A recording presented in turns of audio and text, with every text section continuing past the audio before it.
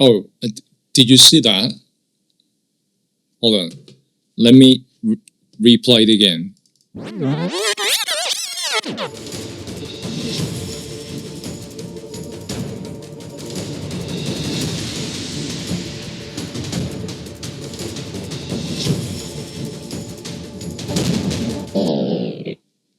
Okay, you may have noticed that by now. So one of the scene in this video has been created by the Gaussian Splatting, which I assume that you already noticed that which one was which.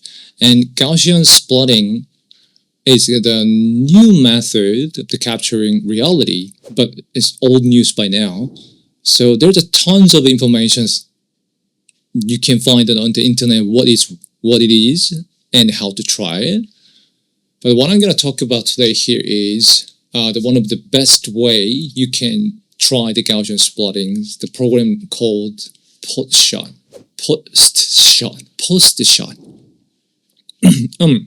Okay, before we started, why you want to take a look at this program with spending your energies, precious energies. I said energy 2 times, right? And precious time and your precious energies. Let me briefly talk about what my tryout roadmap for the Gaussian Splatting was like.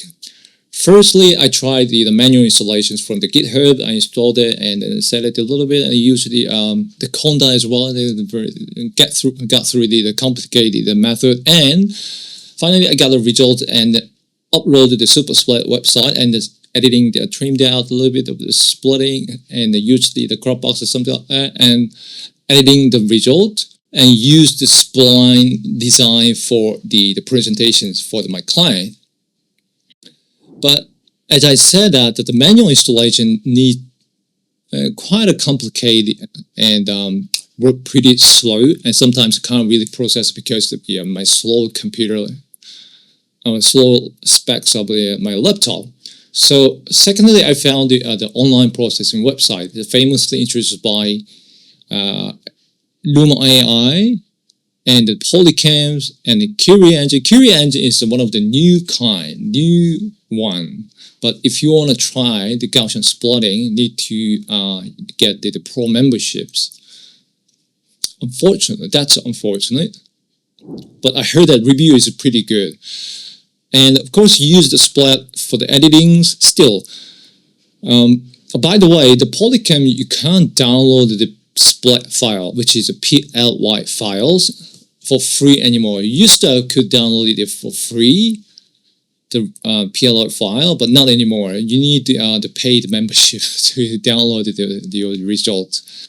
Anyway, if you want to go through the online processing, I highly recommend the Luma AI because it provides the plugin. It provides a plugin for the Unreal Engine as well. I still use the Luma AI plugin if I want to do something on the Unreal Engine. So, and finally, I found the Postshot, which is I'm going to talk about a lot today. Postshot, which is sensational programs. It's actually amazing programs. It gives us a choice to make for the processing options for the quality that is really, really remarkable, because we can't really do much things with the online processing method for the quality results. So plus including the editing functions. After you process the Gaussian Splattings with that same program, you can do that to the editing. Trim it out, clear that if you don't want it, and use the crop boxes and narrow down your result. And all that things reduce the many steps of the editings. And probably you understand what I mean if you are the user from the manual installations like me. That is huge time savers. I have a pop questions at this point. With all knowing that programs, etc., online processing program that we have, do we really need to know the manual installation steps? That's the questions. Very random, very sudden questions. All right, next. I'm going to divide it into the 3 episodes. First, what is the Postshot program and how to use it, and more like a manuals.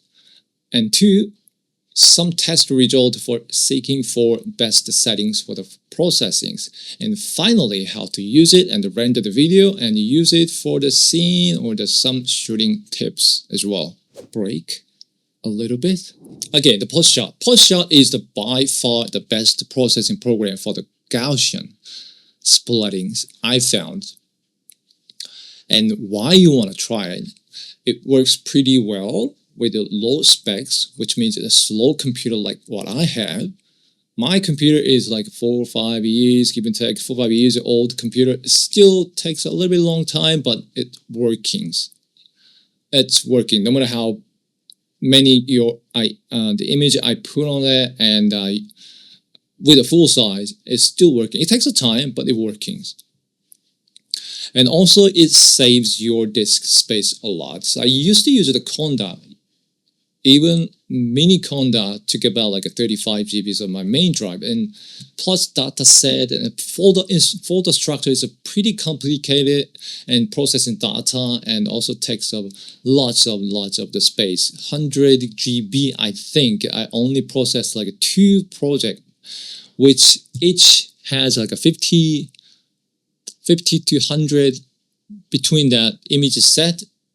It's already took like 100 GB. However, if you use the Postshot, once you install the program, the folder structure is pretty clean. That's one of my favorite features I really love about it. I only need one folder. Inside that folder, I place the image folder, and that's it. And maybe the saving file of the Postshot, and maybe the export file from the Postshot, like PLY files. How clean is that? No need to set up the pass on the Windows. That's really hassles. If it doesn't work, I need to set up it again. I'm talking about the pass and the hassles of the installation. I remember that there's one drive I couldn't make to install the OneDrive for my graphic card. What that was, CUDA accelerated something. Probably CUDA accelerated something. I don't know why. Maybe my graphic card is too old, so I couldn't really. I spent one day, to find out the solution how to install that one. I'm not even sure how effective on the speed if I install the driver. Anyway, so you don't really have to worry about the hassles for the installations. For the quality of the result is pretty great.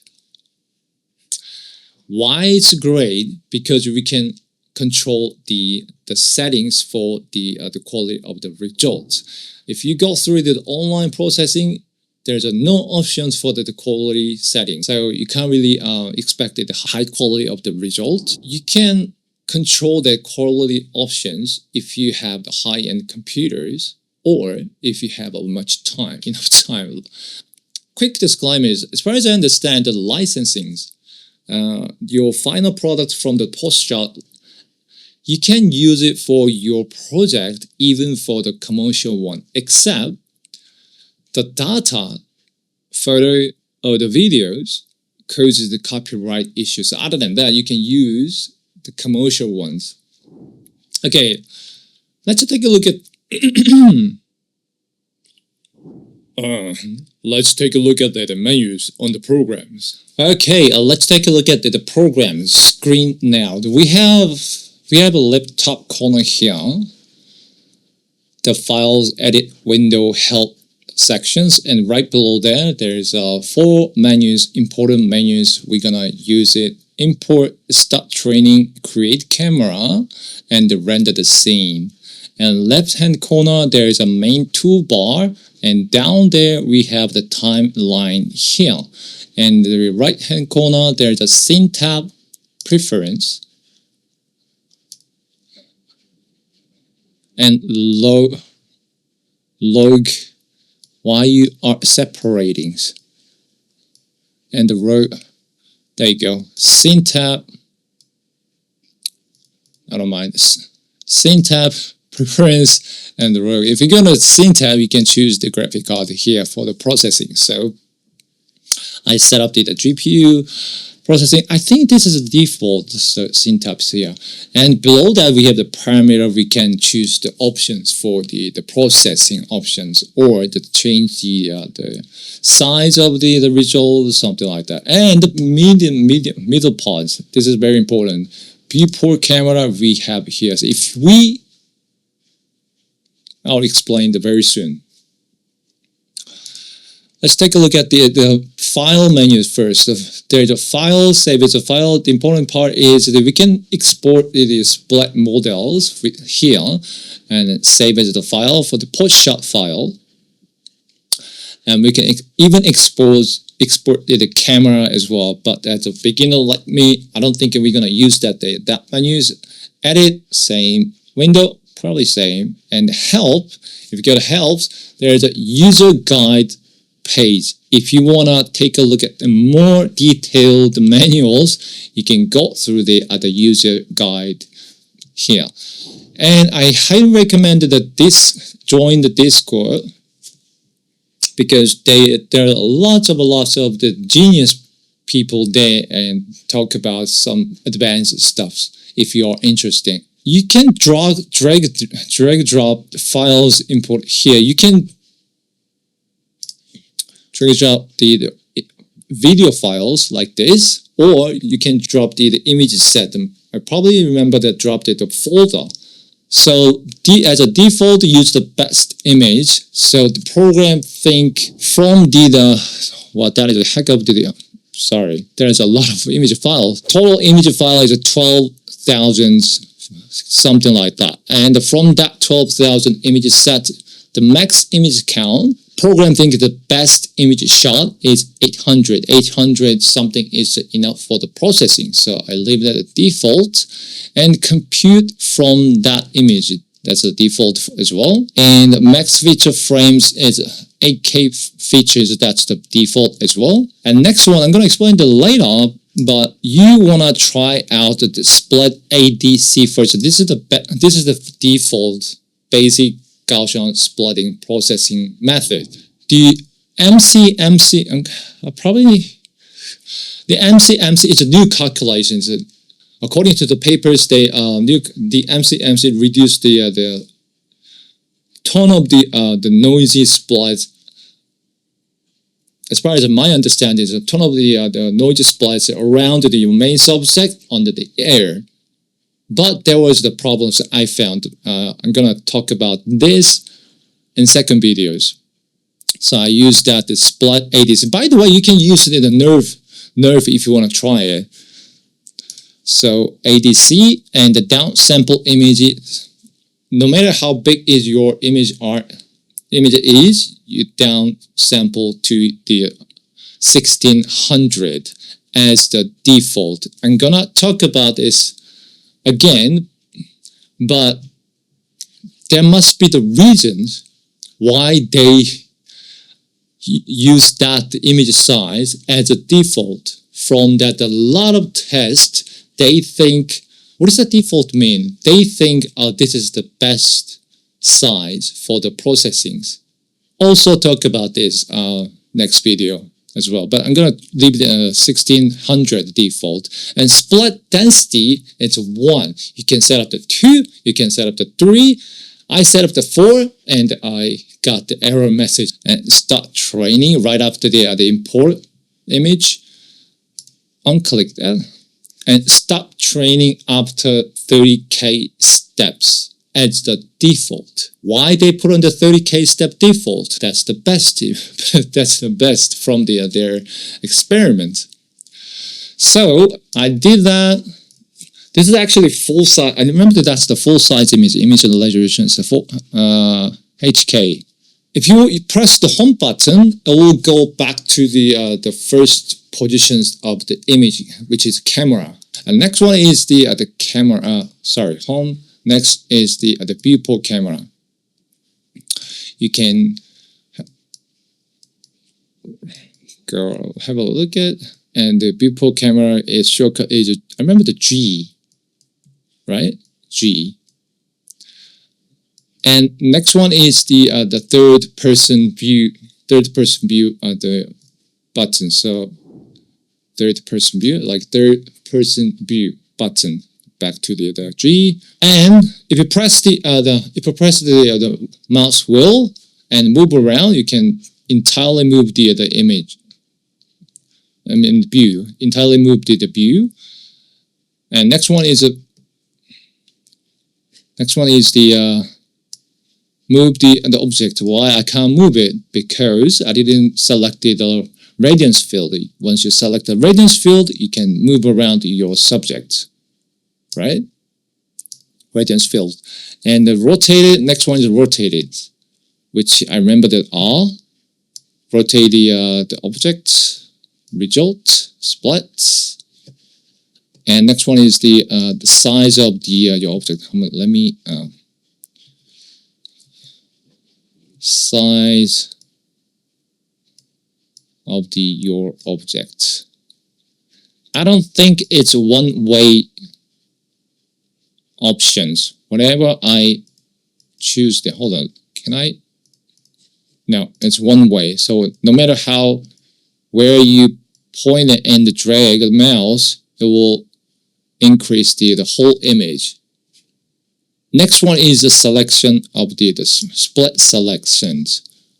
Once you select the split selections, you can select the split you want to delete it from the scene.